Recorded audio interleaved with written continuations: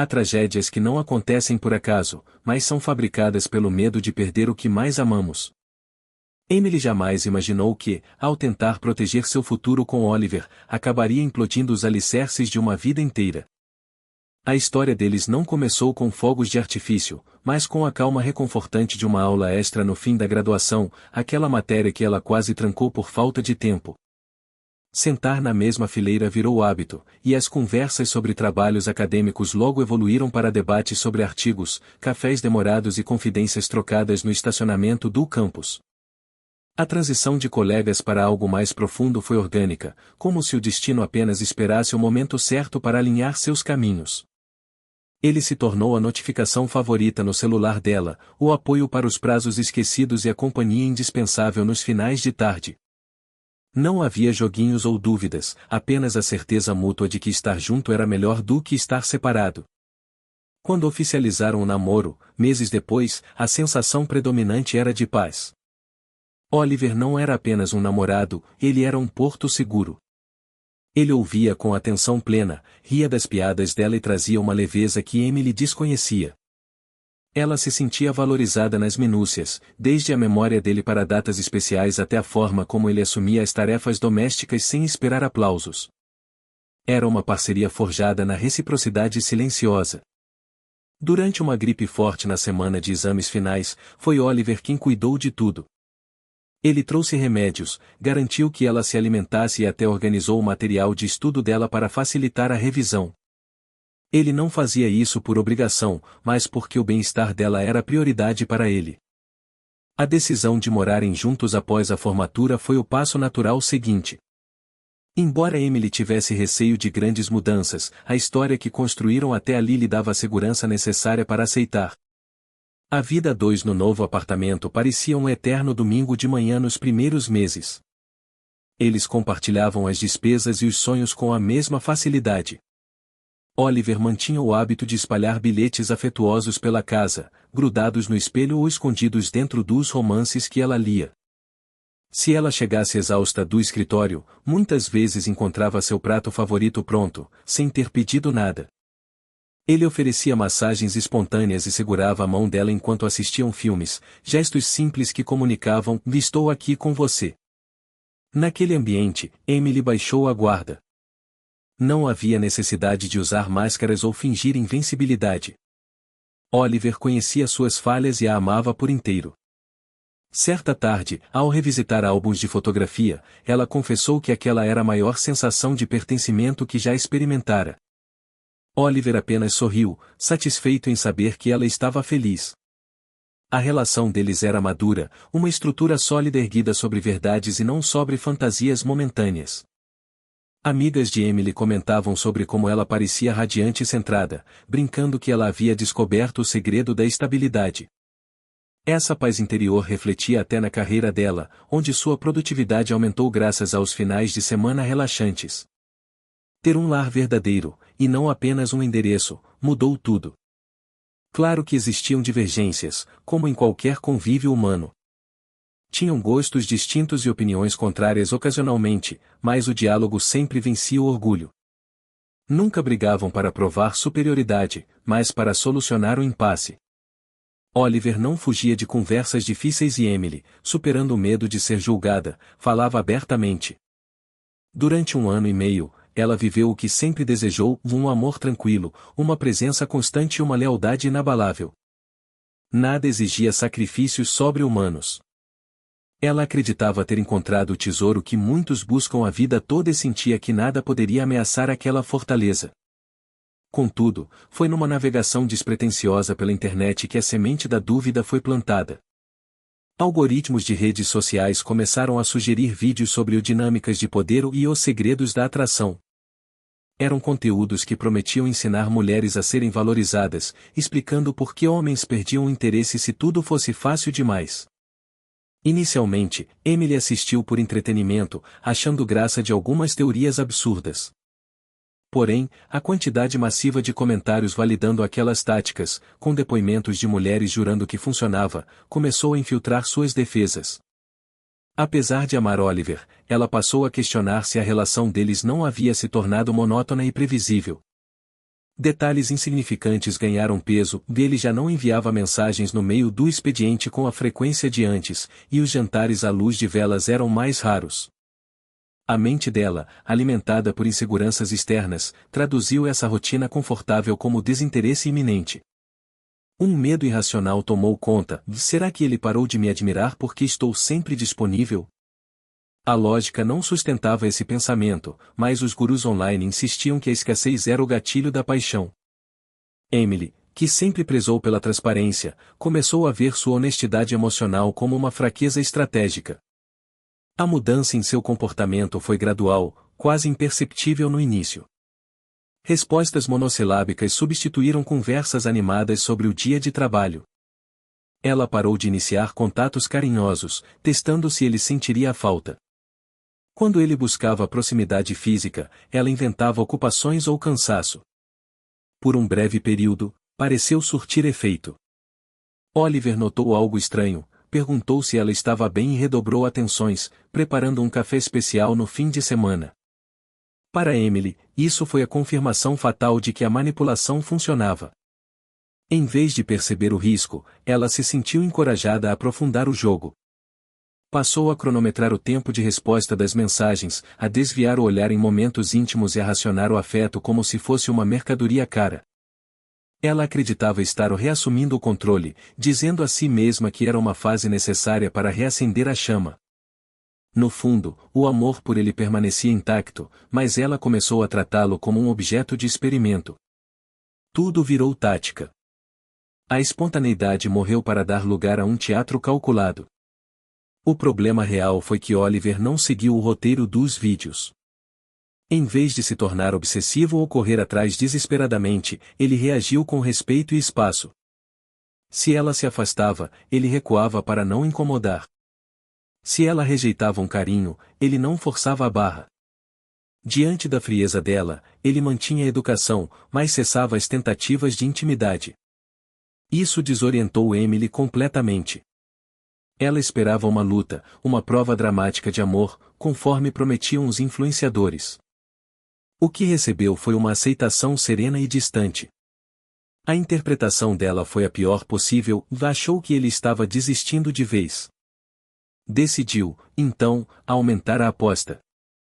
Cancelava compromissos na última hora, fingia tédio na companhia dele e postava fotos com amigas sugerindo uma vida vibrante longe dele. O objetivo era provocar ciúmes, raiva, qualquer emoção que mostrasse que ele ainda se importava. Mas a resposta dele era sempre um ou tudo bem ou resignado. O que ela lia como apatia era, na verdade, o reflexo do ambiente hostil que ela mesma criou. Oliver se fechava cada vez mais. Durante uma semana inteira, o assunto ou nós o desapareceu.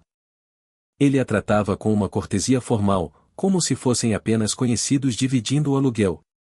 Emily sentiu-se invisível e frustrada.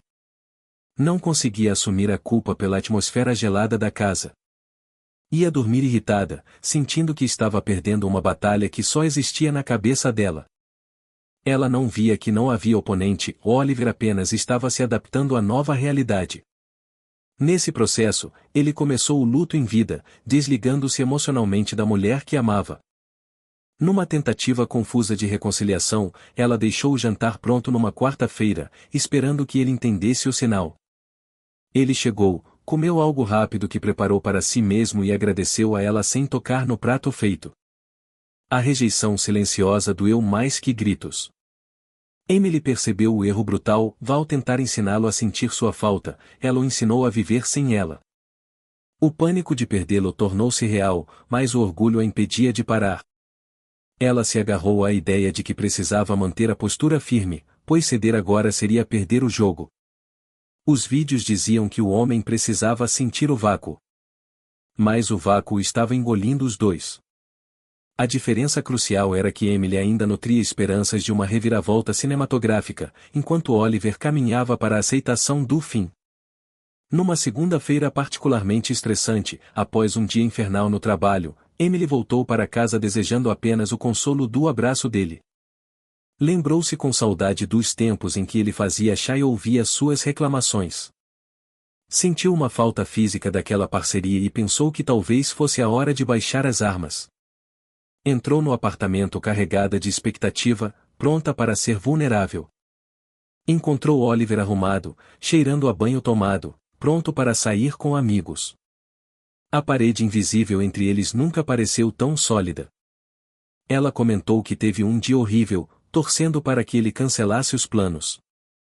A resposta dele foi empática, mas superficial: sinto muito, espero que amanhã melhore.